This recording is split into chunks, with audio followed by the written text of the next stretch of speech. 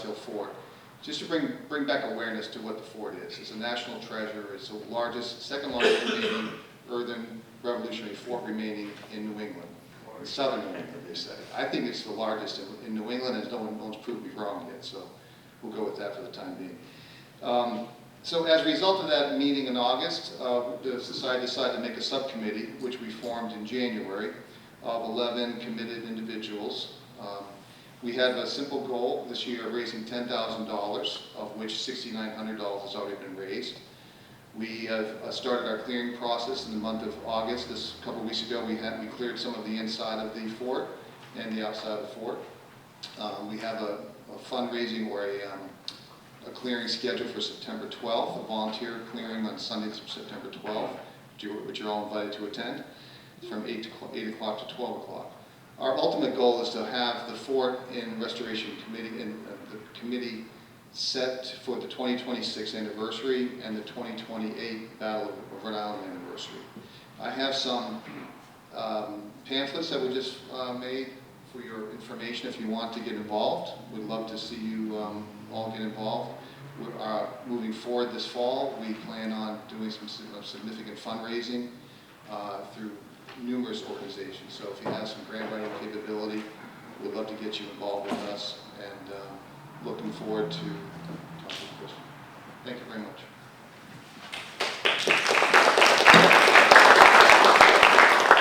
And because we figured you are folks with a vested interest in the subject matter, I'd really like to introduce somebody else who that I thought you'd like to know. The Rhode Island Society Sons of the Revolution, their local chapter, was the very first contributor of a sizable donation to the Butts Hill Fort Restoration Committee. Isn't that nice? You clap, So Roy Loth is here, and I'd like to give him just a moment to speak a little bit about what the society does, in case you're interested in joining or becoming more aware. And we do really like to partner with other organizations and support one another, as you can probably tell. Roy is a contractor for Precise Systems, which supports the naval undersea warfare. But more importantly, he's a longtime member of the Newport Artillery. He plays in the Fife, the Kentish Guard Fife and Drum Corps in East Greenwich, and the Bristol County Fife and Drum in Bristol. He's the new person who reads the Declaration of Independence every 4th of July, representing his society. He's related to the founders of Portsmouth and Newport. Not that you have to be, but it's always kind of cool when we meet other people. And he's a Mayflower person. He has ancestors who served as spies for the Patriots during the Revolution, and one that was bayoneted to death by the British after being caught planting a note in a stone wall. On that note, I introduce Roy Loth.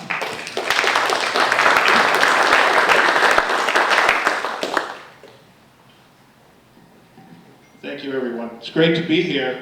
And yes, I'm president of the Rhode Island Sons of the Revolution and a number of other groups in Newport. The Sons of the Revolution, when I heard last year that there was going to be this show of interest type meeting at the fort, I figured that this was something that we really needed to be involved with. And it was our pleasure to be the first ones to be able to make a donation to the fort to get this going. The fort has always been something that my father mentioned, that they need to bring this back. It needs to come back. It's a very important historic place. And so I'm glad that I can carry on what he wanted to see happen. The Sons of the Revolution was founded in 1876, February 22nd, by John Austin Stevens. And it came out of a group which is called the Society of the Cincinnati. I don't know, how many people have heard of this? Few, yeah, good. Anyway, that was that group. To belong to that group, you had to be the oldest male to be able to take part. John Austin Stevens felt that if you had an ancestor that did something for the cause of freedom in the Revolution, that you should be able to have a group. So he started the Society of the Sons of the Revolution in New York City. John Austin Stevens ended up retiring in Newport. So he's got a connection there. The the Rhode Island Society, Sons of the Revolution, was founded in 1879. And the idea of the whole group is, of course, to belong to the group, you don't have to have an ancestor that was a soldier. You just have to have someone in your family that worked for the cause of freedom. And that qualifies you to be a member, and we do a whole, background thing. And we'd love to have some more members. We're trying to go above our number of 70 right now. So if anybody qualifies and you'd like to join, it would be great. We do like 4 important events a year. We mark George Washington's birthday on his day at the Houdon statue at the Redwood Library. We do the 4th of July. We mark Rhode Island Independence Day with a luncheon, and we also mark the Battle of Rhode Island with our annual meeting and luncheon. And we always have a speaker, so you get a lot of knowledge from here. All our members are very astute in history, and I'm learning a lot, I have to say. So if you want to become a member, you can go to our website or find out more about us. We've got a brand new website. It's risr1776.org. And you can go on there, get all the information. The application is on there, information on how to get in touch with us via email or whatever. And certainly we'd love to have some members. And I have to say again that this is just a wonderful endeavor. I'm glad to see that this has taken off. This is Christian McBurney. He's an independent historian who has authored several books on the American Revolutionary War, including the following with Rhode Island connections: Spies in Revolutionary Rhode Island, Kidnapping the Enemy, the Special Operations to Capture Generals Charles Lee and Richard Prescott, and the Rhode Island Campaign, the first French and American operation of the Revolutionary War. Up here for sale afterward, right? Autographs free. He also has co-authored World War II Rhode Island, which was the last visit that you came with us, which was very interesting. And he's the editor and publisher of Rhode Island's leading history blog, Small State, Big History. He resides in the Washington, D.C. area. After being raised in Kingston, Rhode Island, he attending South Kingstown High School and obtaining his undergraduate degree from Brown University. He and his wife have a second home in West Kingston and frequently return to Rhode Island to give lectures and visit his family. So without further ado, our main attraction, Christian McBurney, from the Battle of Rhode Island.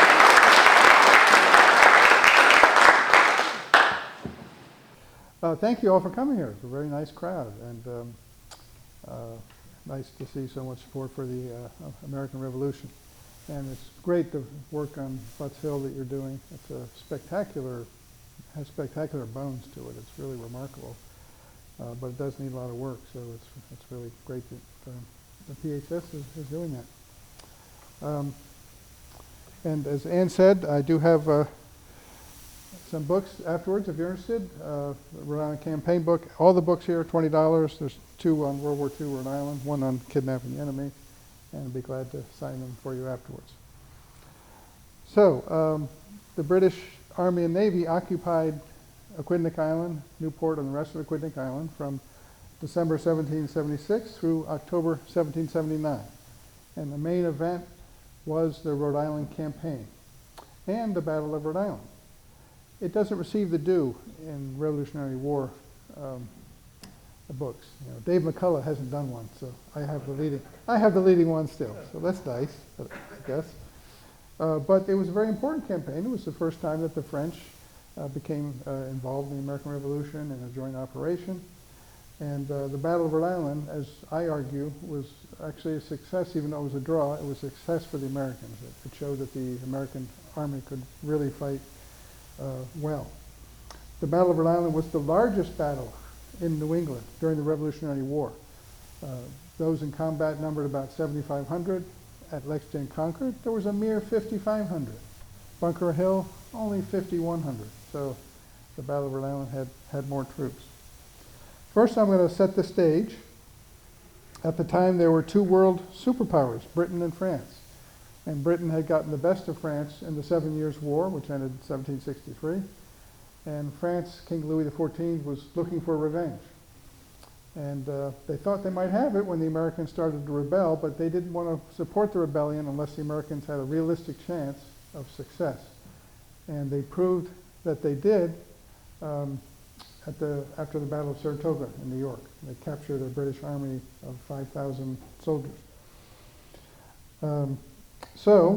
After hearing the news on that, the French signed a treaty on February 6, 1778. 2 days later, the King of France appointed Charles Henri Theodat Comte d'Estaing to lead a powerful French squadron of warships, and was ordered to proceed to North America right away. On April 13, 1778, d'Estaing's squadron departed Toulon in the Mediterranean for North America.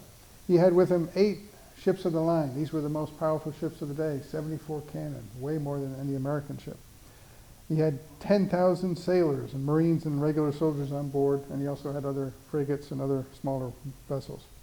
He knew he only had a small window of opportunity to get a smashing victory, because the British also had a large navy. Matter of fact, they had the largest navy. But he was hoping for a surprise attack. He was hoping initially, but unfortunately he took a really long time to go across the Atlantic. He was dawdled, like chasing commercial ships so he can get some money and sell those profits, and practicing cannon shooting. But he didn't really focus on going as fast as he could. And he wanted to trap the British in Chesapeake Bay in Philadelphia, but he arrived too late. His next goal was New York City, but his pilot said, well, you can get those big ships with your deep drafts across the bar at Sandy Hook, but if you have to leave really quickly, you might not be able to leave. So it was decided not to attack New York. What was left? Newport, Rhode Island. And if the Americans could cooperate and with the French and capture Newport, it could end the war. Could have been an early Yorktown. There's an early map of New England. By 1775, Newport had become the 5th most important American city in the colonies, behind, can you name them? What had more population? Boston, Philadelphia, Charleston, and New York. Yeah, so Newport was right up there. Also, of course, had the leading slave trade merchant, but that actually wasn't the largest part of its mercantile activities. Here's a view of Newport. You can tell from the different spires that there was a great diversity of religion. But in 1776, December of 1776, with a fleet of 71 ships and 7,100 soldiers on board, the British easily seized Newport and the rest of Aquidneck Island, and Jamestown as well. And they would hold it for the next 3 years. Admiral Howe wanted Newport to be able to winter his ships during the winter. Of course, Narragansett Bay had the Great Harbor. And they also planned to use Newport as a staging area to attack Boston and the rest of New England, but they never did. So the soldiers kind of were wasted here. And they realized that and sent most of them to different parts.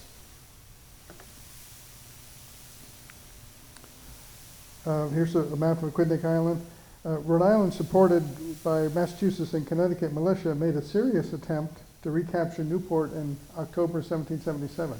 They actually had more American troops there, and they were focused on Tiverton over here, particularly Howland's Ferry, and they had 10,000 troops all hiding in the woods, and they didn't have a navy. Of course, Britain had those ships, so their strategy was element of surprise, and they almost succeeded, but they got caught. And I have an interesting chapter on that expedition called Spencer's Expedition in my book, and also a chapter on the destructive raids that the British made against Bristol, Warren, and Fall River. Now in 1778, Sir Henry Clinton was appointed Commander-in-Chief of the British Army in America, and his first step was he realized D'Estaing was coming and he didn't want to be trapped in Philadelphia, so he evacuated Philadelphia. He also sent 1,850 reinforcements to Newport. The American commander who would cooperate with D'Estaing was Major General John Sullivan. He was of Irish heritage. He was a former lawyer, a tavern keeper in Portsmouth, New Hampshire.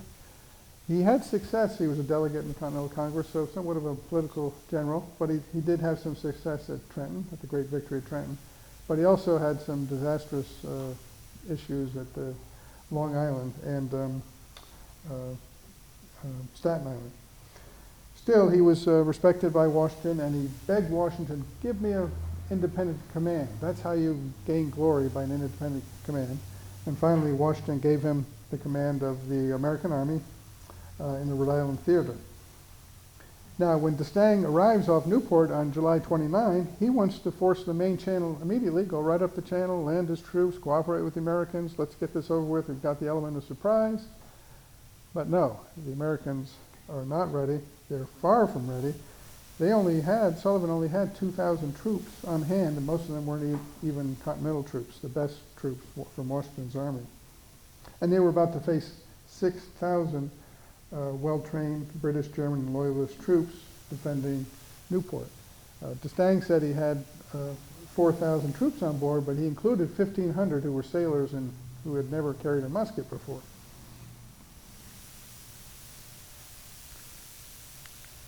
The British Army was commanded in Newport, was commanded by Major General Robert Piggott. He commanded 5 regiments at the Battle of Bunker Hill. I thought with the name, I used to think, oh, this name must be pronounced Pigot. But when you read the diaries, it's spelled P-I-G-I-T, so you know phonetically how it's spelled. Now, on July 21, Washington dispatched 2,500 Continental troops under the Marquis de Lafayette to march from the army at White Plains. So the army was at White Plains on this side of the Hudson River, so Washington could help take over Newport. And that's exactly what he did, sending these troops. But it was going to take time for those Continental troops to march all the way here to Quinnipiac Island. There were a lot of rivers to cross. Washington also sent his best general, Nathaniel Greene of Rhode Island. As a result of aggressive French Navy maneuvers in Narragansett Bay in order to avoid capture, the Royal Navy blew up or scuttled 5 32-gun frigates, 2 14-gun sloops, and 3 armed galleys. And while serving in a Boston Artillery Regiment, Paul Revere, the famous Midnight Ride, heard an explosion, and then one of the ships blew up, and pieces of paper signed by the British ship captain floated down into his hands. Taken together, this loss of warships included 210 cannons. That was the most of any loss in the entire Revolutionary War, something that I've emphasized. Here's a beautiful map made by Tesnoy, the French engineer. I actually held the original in the Library of Congress, and the librarian said, be a little careful, that's worth a few $1 million. So tried not to tear it by accident. Now, D'Estaing was frustrated by delays, and so he just decided on August 8th to force his way up the main channel. So he took all of his ships and went by Fort Adams, went by, the British had artillery on Rose Island and Goat Island, and other places, and they engaged in a gun battle, and D'Estaing was able to bring his ships north of Newport, and the British thought, oh, we're really done for now. And then after that, Sullivan ordered his troops to go across Howland's Ferry onto the northern part of Quinnipiac Island. So they were supposed to coordinate, but because D'Estaing got frustrated and left early, he went first. Now, D'Estaing gave orders for his troops to land on the west side. So the idea was Sullivan was going to land on the east side from Howland's Ferry, over this stone bridge, the old bridge where it used to be. And he was going to link up with D'Estaing, who was going to land troops on the west side of Quidnick Island. And D'Estaing had his troops shipped over to Jamestown Island on small boats. They were marching. This is the first time they were on land in months. Suddenly, however, a lookout on D'Estaing's flagship, the Languedoc, high in a mast, yelled, "I see a ship. I see 2 ships, 10, 15, 20. It was 30 ships, and it was Admiral Howe, the commander of the British Navy. He had come from New York, and he had gathered enough ships and decided to see what he could do against the French. He had less cannon on his big, powerful ships, but he still had a decent force. Now, this shocked D'Estaing, and all thoughts of invading Newport and Quidnick Island were shelved. He brought all of his soldiers back on to his ships. D'Estaing had a decision. Should he stay to help Sullivan's troops invade Newport and try to take it over? Or should he go sail out and chase Howe's fleet and defeat that danger? That was really one of the key decisions of the entire campaign. My own view was that D'Estaing should have stayed a few days to see if he could cooperate with Sullivan to take over Newport. After all, that was the main goal of the campaign. But he also had some good reasons for sailing out to try to defeat Howe. And that's what he did. He sailed out to defeat Howe the next morning. And Howe turned around. So these are the ships going back out of Newport. You can see the British forts were near Fort Adams and Breton Point and some other places were firing at them. And so they were going back out of Newport to chase the British Navy. And Howe turned around, and a lot of hundreds of people lined up on the bluffs expecting to see one of the great sea battles in world history. But instead, Howe turned around and ran away. Now, was he really running away? Not really. He saved the British garrison from being captured. So he really drew them away. Unfortunately, the next morning, as the 2 fleets maneuvered to get close to each other, French even fired some cannon shots at the British, a big storm intensified. It was the beginning of a hurricane, not that tropical storm we just had. This is a real hurricane. And both fleets called off the action and tried to survive as best they could. So really the bad luck of the hurricane cropping up at the last minute was the most important event of the entire campaign.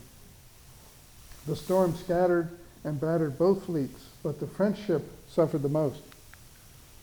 Look at that, the Languedoc, the Pride 90-gun ship, had 3 masts, is totally dismasted. And a French 80-gun ship and 74-gun ship lost 2 of 3 masts. 1 ship disappeared, headed back to Boston. And when the skies cleared, the French and British engaged in 3 sharp-to-sharp engagements, which I describe in the book, but don't have to discuss here. Here, though, is a British ship firing cannons at the back of the Languedoc, and cannonballs are rolling up and down the length of the French ship. But for some reason, the British ship stopped the battle, waited at the night, but by then, other French vessels came to the rescue. But now, D'Estaing had a decision to make. What should he do? Should he go back to Sullivan and finish off the campaign to take over Newport? Or should he go to Boston and refit? He had lots of damaged ships. He decided that to sail straight for Boston to repair his ships, and all of his officers agreed. However, he insisted on stopping by in Newport to give the message to Sullivan. D'Estaing's decision infuriated American officers and sent shockwaves through the ranks of Sullivan's army. At the time, the French decision was considered controversial, and they thought people started calling them traitors, but actually it was probably the best choice. Now, while D'Estaing had been chasing Howe, General Sullivan set up a siege of Newport. And I have a full chapter on that interesting siege. It was one of the only times that the Americans set siege to a city in which the British Army was occupying. Here's a well-known print from the Rhode Island campaign. Whoops. And actually, it's in my possession. Oh, aren't I lucky? I think it's the only one I know of that is colorized. Library of Congress might have one. I'll check that. But this is actually the siege of Rhode Island. So you can see these are British artillery are firing at the Americans in the distance.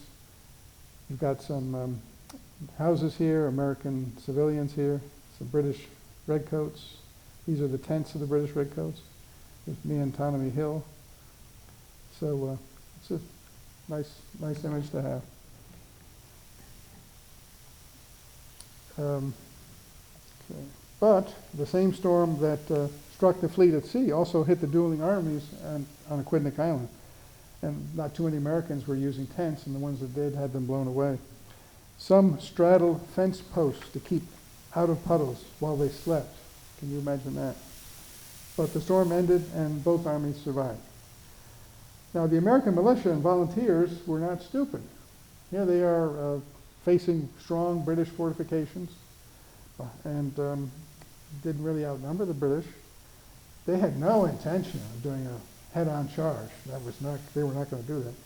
They had common sense. The best choice for them would have been to go to the southern part of Newport and for the French to drop off their soldiers there to attack the British from behind. That would have been the way for the French to win. But now the French fleet was gone, so that wasn't possible. So a lot of American militiamen began to leave the army. Now, it wasn't desertion, because a lot of them were volunteers, but still, this is no way to run an army. Sullivan realized that his chance for glory had been dashed, and he insulted the French in public orders, not once, but twice. D'Estaing tried to avoid a rupture between the Allies, and he offered a great reply. Sullivan's insults, he wrote, had imposed on him the painful but necessary law of profound silence. I've applied that rule in a family gathering recently. Look, it was good. Now I'll set the stage for the Battle of Rhode Island. It starts in Valley Forge. And one of the key goals for Britain was to defeat the Americans before the American army could really develop into a strong fighting force. The American army had some issues early on. Its militia ran at the Battle of Long Island. It got defeated at Brandywine and Germantown. But they gained valuable experience in those battles. And at Saratoga as well, where they won. And then at Valley Forge, Washington's winter encampment, where they suffered, they also got great training from Baron von Steuben, the Continental soldiers there. So they were really turning the army around. Washington's new army saw its first test at Monmouth Courthouse in New Jersey. So Clinton had evacuated Philadelphia, and his army was on its way to New York. Washington's army hit the rear of it under Charles Lee. And this is my latest book on the American Revolution, actually, is The Outrageous Treason and Unfair Court-Martial of Major General Charles Lee. I argue that he did command the American army, and he intended to attack the British rear, but then suddenly some of his troops just kind of disappeared. So he had to retreat, and he actually fought a very good holding action, and the American army, Continental soldiers, did very well. It's very similar to the Battle of Rhode Island, both battles. So if you like the Battle of Rhode Island and want to read something more like it, you can read the Monmouth book. The British were shocked at how increased in discipline and effectiveness the Continental soldiers were.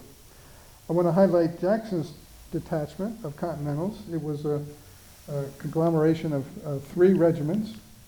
Here's Henry Jackson, Colonel Henry Jackson. It was a proud regiment. Most of its officers were sons of lawyers and merchants in Boston, and each tried to outdo the other.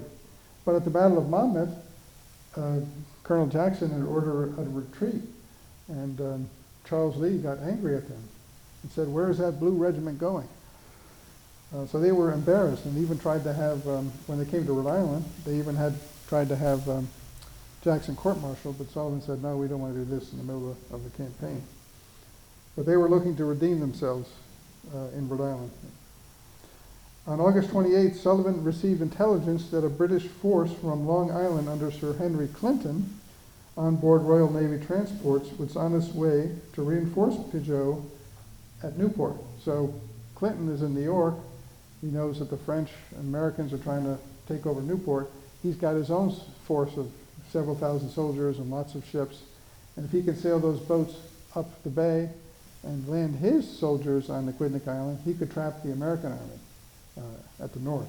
So Sullivan was very concerned about that. So that evening, he retreated from the front lines where they were in the siege in Middletown, and a very successful retreat. It was quietly done. A little bit of humor here. One Rhode Island militiaman recalled during the retreat, "A hogshead of rum was placed near our line march with head out to refresh the troops as they passed. But with the troops staying so long by it, and with the concern about the enemy following, it was thought best for safety to turn it over." So between 2 and 3 a.m. on the Army's main body was occupy the defensive works around Butts Hill. So here's a British drawing of Butts Hill. So they were the first ones to make the form of it. And they intended to have a barracks on the left side. Here's a broader picture with you can see where the barracks were intended. And Sullivan, during the Battle of Rhode Island, this is where he was. He was at Butts Hill for the most part. So you could see both the east side and the west side. So that has historical significance. Now, when Pickett, woke the next morning, he was informed that the Americans had left his lines. He became very aggressive. He wanted to attack the Americans. He thought, oh, they're trying to retreat off the island. I can catch them as they're retreating off the island, not ready to be attacked, and they should be easy pickings.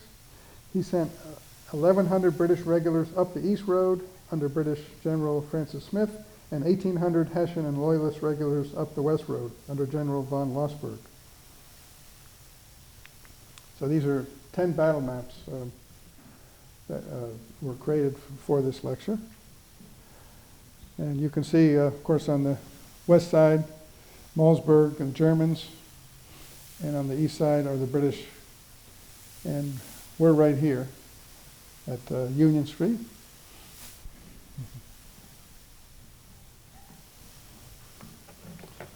Now, Sullivan had 7,000 infantrymen, 775 artillerymen, but only about 2,200 were Continentals. About 1,500 were Massachusetts or state regiments. So these were regiments that were enlisted for 180 days, maybe a year or so. So they had more training than regular militia. Sullivan had less trust in the militia, Massachusetts and Rhode Island. Sad to say, he thought the Massachusetts militia were more reliable than the Rhode Island, probably because Massachusetts had more training. He had some very good artillerymen, Continental and state regiments who performed very well in the siege of Rhode Island. Washington also sent a bunch of experienced officers to Rhode Island who fought in the Battle of Monmouth. So they came without regiments. Here's John Lawrence of Hamilton fame, Hamilton's friend. He was very brave. For example, at the Battle of Germantown, he saw the Chew mansion was filled with British soldiers, was holding up the American attack. He personally ran up to the doorway and tried to set it on fire. It was filled with soldiers, and they fired at him, and he actually got wounded. He was a son of a South Carolina merchant, very wealthy, and unfortunately he was killed late in the war when he should have showed more discretion. He also believed in allowing the South to free its slaves to fight for the Continental Army. So, but coming from South Carolina, that didn't go over. So Lawrence commands American soldiers on the west side, and Henry Livingston of New York commands soldiers on the east side. Both had been at the Battle of Monmouth. So here you see them marching up. On the East Road, he had light infantrymen and grenadiers from the 38th and 54th Regiments in his vanguard. We have a soldier from the 54th right here. There he is, Seth.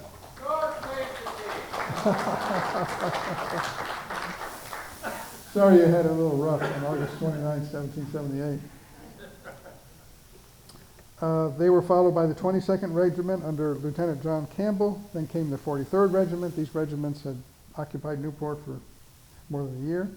The Royal Artillery was well trained, and the commander on the British side was Francis Smith, and he had commanded the troops at the Battle of Lexington and Concord and Bunker Hill.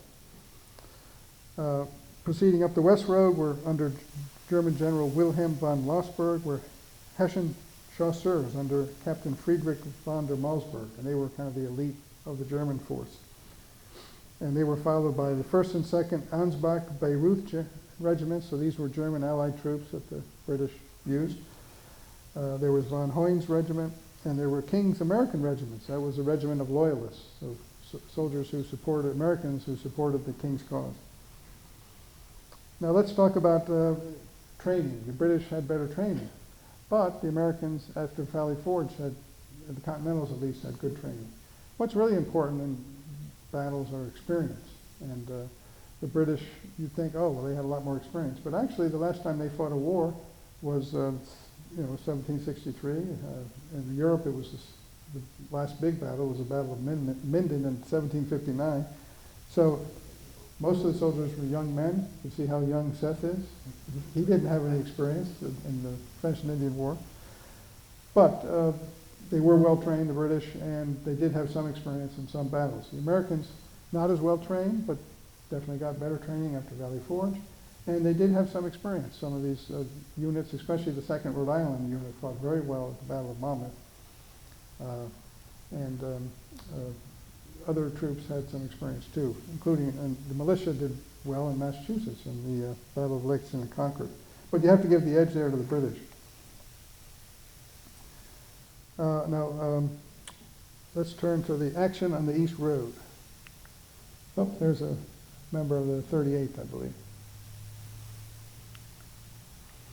So this is one of the most dramatic times of the entire battle, and it occurred right outside here. Amazing.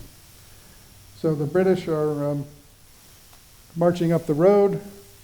They know that there's a middle road here, and the 22nd Regiment says, hey, if we can go up the middle road, maybe we can trap these American regiments here. But they didn't realize that Wade's Massachusetts State Regiment, and maybe some other volunteers, we don't really know all of whom consisted of this unit, were hiding behind these stone walls here. And just at the time, as the 22nd Regiment was turning to go into the middle road, the Americans behind the stone wall rose and fired a volley, devastating volley. And they were so successful that instead of turning and running, they actually reloaded and fired another volley. So that was really impressive. And the 22nd Regiment suffered the most casualties of any British regiment during the battle. Its commander, Lieutenant Campbell, I read a letter that he wrote, said he had 7 bullet holes in his vest, but he was not injured. Okay, 5 bullet holes. So then we have the British keep going forward. They have the numbers. These are just, the idea of the Americans here isn't really to defeat the British here. It's just to slow them down and make them suffer a little bit. So by the time they get to the main American force, they won't be quite as strong. So let's see. There's Jackson's detachment. You can see them near the middle road, in between the middle road and East Road. And Livingston's advance guard continuing to retreat towards Quaker Hill, where there's another American position. Now the British got confused, and they thought that von Hoyn's regiment, which they saw, they thought that the Jackson's regiment with their blue coats was actually von Hoyn's regiment. So taking advantage of that, Jackson's detachment wheeled and turned around and fired right into the British lines. There's a blue coat from the von Hoyn regiment, so you can see why they got confused. So Jackson's detachment and Livingston's advance guard made it safely to Quaker Hill, joining the Continental Regiment under Wigglesworth. In addition, Sullivan sent forward Shepherd's Regiment of Massachusetts Continentals under Sprout, Ebenezer Sprout. So taking advantage of temporary superiority in numbers, so here the Americans, some British are coming up here, The 54th Regiment's lagging. Where's the 54th Regiment? Not there. And the Americans actually turned the tables. They actually attacked the British advancing force. And it was a fierce battle over these British cannon right here. They were inspired, the Americans, by the example of Major Louis Toussard. He was a member of Lafayette's staff, a Frenchman, and he charged, some could say foolishly, but on his horse right at the cannon, but very bravely, obviously. Unfortunately, his horse was killed by a cannonball, and he was wounded severely with 2 musket balls. He did survive later and received a small pension from the Continental Congress. Meanwhile, the advance guard took possession of the British cannon. That was a big deal. And during the day's action, 4 British artillerymen were killed and 2 wounded manning the 2 cannons, so a high casualty rate for them. A British counterattack, though, of the 43rd then drove the Americans away and back to their lines at Quaker Hill. The British still had their bayonets, they still had the numbers. Seeing more British reinforcements arrive at Quaker Hill, General Sullivan sent forward a messenger to order Wigglesworth, Livingston, Jackson, and the rest back to Butts Hill. He wanted them to retreat back to Butts Hill, where there was a line of fortifications and other American troops to help them. The messenger was none other than Colonel John Trumbull, the future painter of Revolutionary War scenes. You know, that he has those great paintings in the U.S. Capitol Rotunda, fortunately none of which were damaged on January 6th. As he rode forward, Trumbull had round cannonballs and musket balls bounce in the ground before him. So we could have lost Trumbull right there, but he survived. And he passed along Sullivan's order for the Americans to retire. Trumbull also passed along, warned Wigglesworth that the troops to his right were not blue-coated Continentals, but again were blue-coated Hessians. So the Americans got confused by that as well. Excuse me.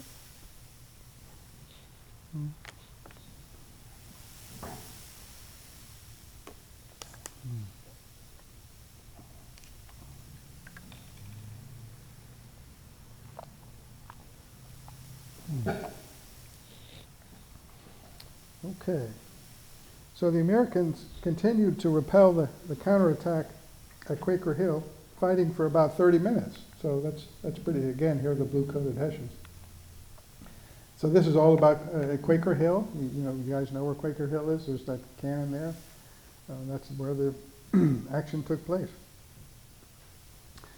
Then General Smith organized a bayonet charge with all 1,000 of his troops in his command. Must have been quite a sight. One small contingent of 35 Rhode Islanders called Sullivan's Lifeguard suffered terribly in the attack. 2 were killed and 5 were wounded. The Americans retreated to avoid the bayonets. The British claimed that the Americans ran with the utmost precipitation down the hill.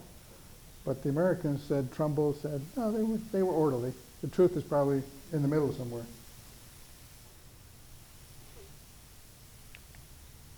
Here's a 9:45, pretty dramatic moment. As the American advance units streamed back to the American lines, they were followed by 1,000 British troops, excuse me, with bayonets. So you can imagine the American troops in their lines, they're seeing these soldiers run away. That often causes panic, doesn't it? Maybe they'll run. So the question was, would the American soldiers in Glover's command run, retreat, or would they hold the line? And they held the line. Now General Smith had to make a decision as British general. He hoped to catch the Americans off guard, but they weren't off guard. With almost 2,000 troops left behind to guard Newport, his main goal was to save Newport, not necessarily to defeat the American army. And seeing the Americans so well defended there, he decided to stop the charge. So the action on this side devolved into an artillery duel. In the action on the East Road, the Americans suffered 122 casualties, including 14 killed. You often hear about the action on the west side, rightfully so, but the east side was just as dramatic. A Rhode Island militiaman in the advance guard said he fired 67 rounds that day. Now, he wasn't carrying 67 rounds, so he had to pick some up from maybe some dead soldiers, but that's a lot. Probably missed a lot too, but that's another story. Now let's switch to the west side, and this is 7 a.m. You remember the action on the east side started at 8 a.m., so this actually occurs before the action on the east side. At 7 a.m., Mausberg chasseurs made contact with about 100 of John Lawrence's advance guard under Major Silas Talbot, and he would command the USS Constitution during the War of 1812. So happily he survived this battle. Posted behind a stone wall were in between the homes of Henry Overing, where Colonel Richard Prescott was captured, the subject of one of my books, and Newport merchant Abraham Redwood. So Talbot's men inflicted some damage before they retreated. So they're only 100 men. They're faced with several hundred coming at them. One group of retreating chasseurs trying to run to the right flank after the Americans passed by an Indian cornfield, and some Americans were hiding in the Indian cornfield and ambushed them and inflicted some damage, including Captain Notinius of the German soldiers. Here's,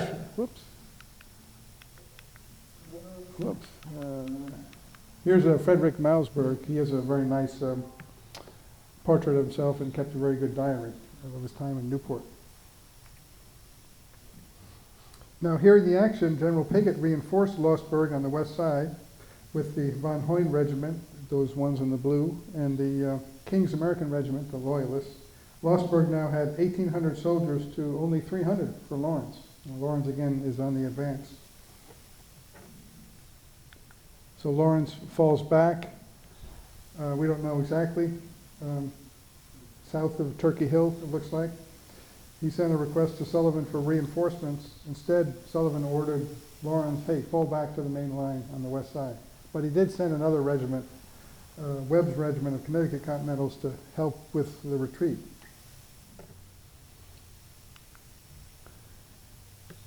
Now, the German General Lossberg organized an attack on Turkey Hill, and John Lawrence is there sitting in his green coat on top of a horse directing the defense. Must have been quite a scene.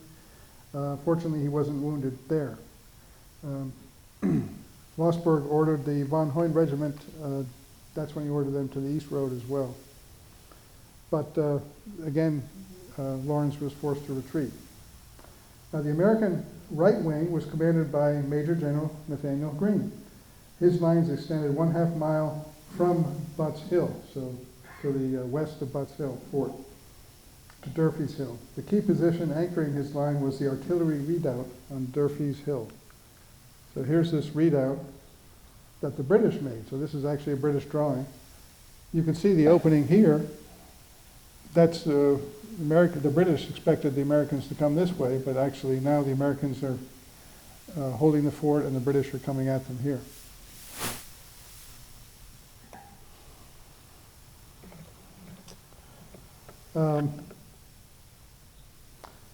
Now it was manned by an extraordinary regiment, the 1st Rhode Island Regiment. It consisted of about 140 soldiers, most of whom, about 100, were former Rhode Island slaves. So in order to gain their freedom, they agreed to enlist in the 1st Rhode Island Regiment for the entire war, not just for 3 years like many white soldiers did. And upon enlisting, they gained their freedom. So if they were wounded, killed, they wouldn't be free, they'd be dead. If they were wounded, they would still be free after the war, even though they didn't serve out the war. I looked at a list of 33 of them and it said where they were from. 8 of them were from Africa. So 25% had been born in Africa. Pretty remarkable. In their lives, they had been seized as captives in Africa, sold as slaves to a European trading ship, brought to America as a slave, and then now they're fighting for their freedom and the freedom of America in the Battle of Rhode Island. They had formed recently in February, March, and April in Rhode Island in the south, and so they were green troops. They hadn't had, this was their first experience, so you couldn't expect them to be top soldiers at that point. But they were holding this artillery redoubt. That's what it looks like. We have some evidence from the Germans that they were in the redoubt. And of course, unlike their white counterparts, they, growing up and as young adults, they were not allowed to practice with guns and with the militia. So they were about to undergo their first test in battle. And here's the well-known drawing. They actually had these nice white uniforms. Rhode gave them very nice white uniforms in February and March. So at 10 a.m., Mausberg tries to overtake the artillery redoubt with his chasseurs, but he was driven back. He later reports that he found obstinate resistance in the redoubt, which was filled with chiefly wild-looking men in their shirt sleeves, and among them many Negroes. So he, quote, obstinate resistance from that redoubt.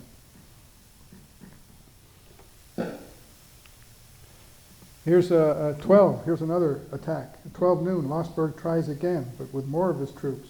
This time it's coordinated with British ships. You can see the British ships on the coast firing their cannon at the American regiments. But as you know, if you've been there, it's kind of a long way. One of the ships was the Vigilant, the gunboat that carried 14 24-pounders of very large guns.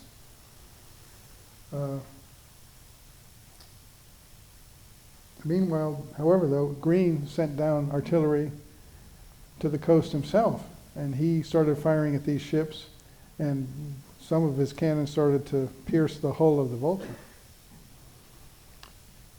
So that didn't succeed. At 2 p.m., Lossberg personally directed the 3rd and heaviest assault on the artillery redoubt, sending forward Mausberg's exhausted chasseurs, the King's American Regiment, elements of the 1st and 2nd German Ansbach regiments, and the von Hoyn Regiment, in total some 1,200 attackers.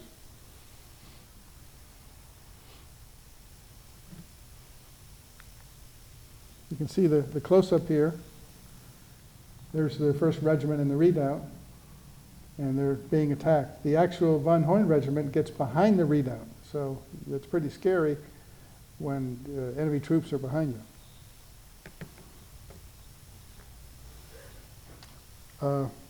But most of the fire at the British were from Continental regiments farther away, so they were just pouring in the fire at the attackers. Nathaniel Greene then saw his opening, and he fed a Continental regiment into a gap in the attackers' lines, probably Sherburne's regiment from Massachusetts, as well as some troops from Jackson's detachment, which had shifted over from the East Road. And although the action wasn't hand-to-hand combat, the increased fire made the attackers believe that they were being fired at from all sides. I read a journal entry by one of the German soldiers who said that. The increased fire suppressed the return fire of the attackers and then broke them, forcing them to retreat. Greene then sent forward a fresh brigade of 850 Massachusetts militiamen who bravely marched forward. Pretty impressive for militiamen who weren't experienced troops. But they only got off a few rounds because the German and Loyalist troops had retreated. And the attackers had left behind their dead. That didn't happen very often in the American Revolution for the Americans. Now General Sullivan had a choice. Should he get all of his troops and attack the British? You know, he had them on the run. But he decided not to. And Greene actually encouraged him to get a more full-scale battle. But he thought that the goal was to get his troops off the Aquidneck Islands. So the battle was over. The British had suffered more casualties, 260, with 38 killed, 210 wounded, and 12 missing. The Americans had 211 casualties, with 30 dead, 137 wounded, and 44 missing. The next day, Sullivan received word from Washington that Clinton's troops and convoy was on its way. And again, Clinton wanted to land his troops on the west side of Aquidneck Island and trap Sullivan's troops there. So I won't go into the details of the retreat, which are in the book, but it was very impressive. It's often said that no one was left behind. But I did find one person left behind. He must have been asleep or had a little bit too much to drink. Here you can see here at Howlands Ferry, where the boats are You had Rhode Island boatmen, very experienced boatmen, taking the Rhode Island troops and the artillery off the island. Some of the artillery was huge. They captured it from British ships in 16-inch mortars that weighed thousands of pounds. But it was very, very efficient evacuation. Lafayette didn't get to the battle. He came from Boston. He was very disappointed that he didn't see any action, but he did help to with the retreat. So he made a medallion for himself. He's gloriously supervising the retreat. His sword hilt. Now, overall, the Rhode Island campaign had been a failure, right? The idea was the Americans and French were going to cooperate and they're going to seize Newport. Didn't happen, so that was a failure. But I argue that the Battle of Rhode Island was a success for the Americans. They proved, again, that they could stand up to British forces, that their training was good. And the Jackson's detachment in both the east and west sides definitely redeemed itself.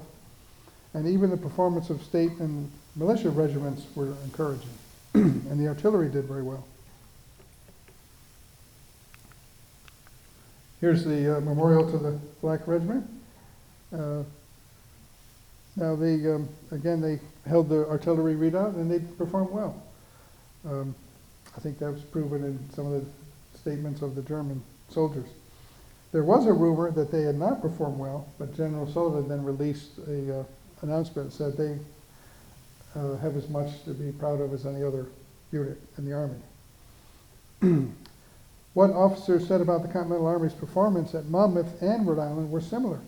After Monmouth, a British general was quoted as saying that the Continentals had administered a very handsome flogging on His Majesty's troops, and gentlemen may now be convinced that the Americans can and will fight. After speaking with British officers, Henry Knox, the Continental general, wrote, "The British confess they have never received so severe a check." After the battle, Nathanael Greene boasted to General Washington, "I had the pleasure to see the enemy regulars run in worse disorder than they did at the Battle of Monmouth." And Lieutenant Colonel William Livingston, who had been wounded in the battle, had his horse decapitated, wrote exuberantly, "Not since the commencement of the war had the enemy received so unexpected a check." So it was an impressive performance.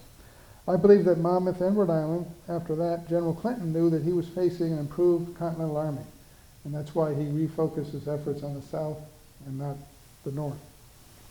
In ending, I will quote the last words of Lieutenant Richard Walker of Jackson's detachment, who was severely wounded in the hip in the action on the east side.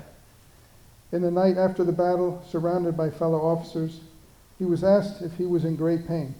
He replied, "I am a soldier of the States and feel no pain in the service of my country." Being very thirsty, he called for a glass of wine and drank to his friends around him, wishing them a longer service to their country, and soon after he died. Thank you.